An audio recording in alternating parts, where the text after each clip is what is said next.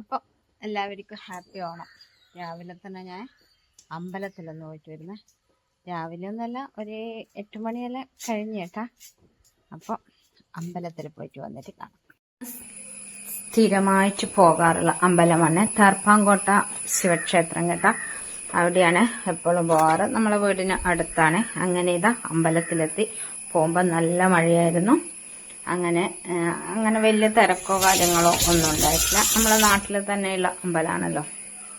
അപ്പം അങ്ങനെ കയറി തൊഴുത് പിന്നെ നടയടക്കാനുള്ള സമയമായിരുന്നു. അത് കഴിഞ്ഞ് ഇതാ പ്രസാദമെല്ലാം വാങ്ങിച്ച് പുറത്തിറങ്ങി.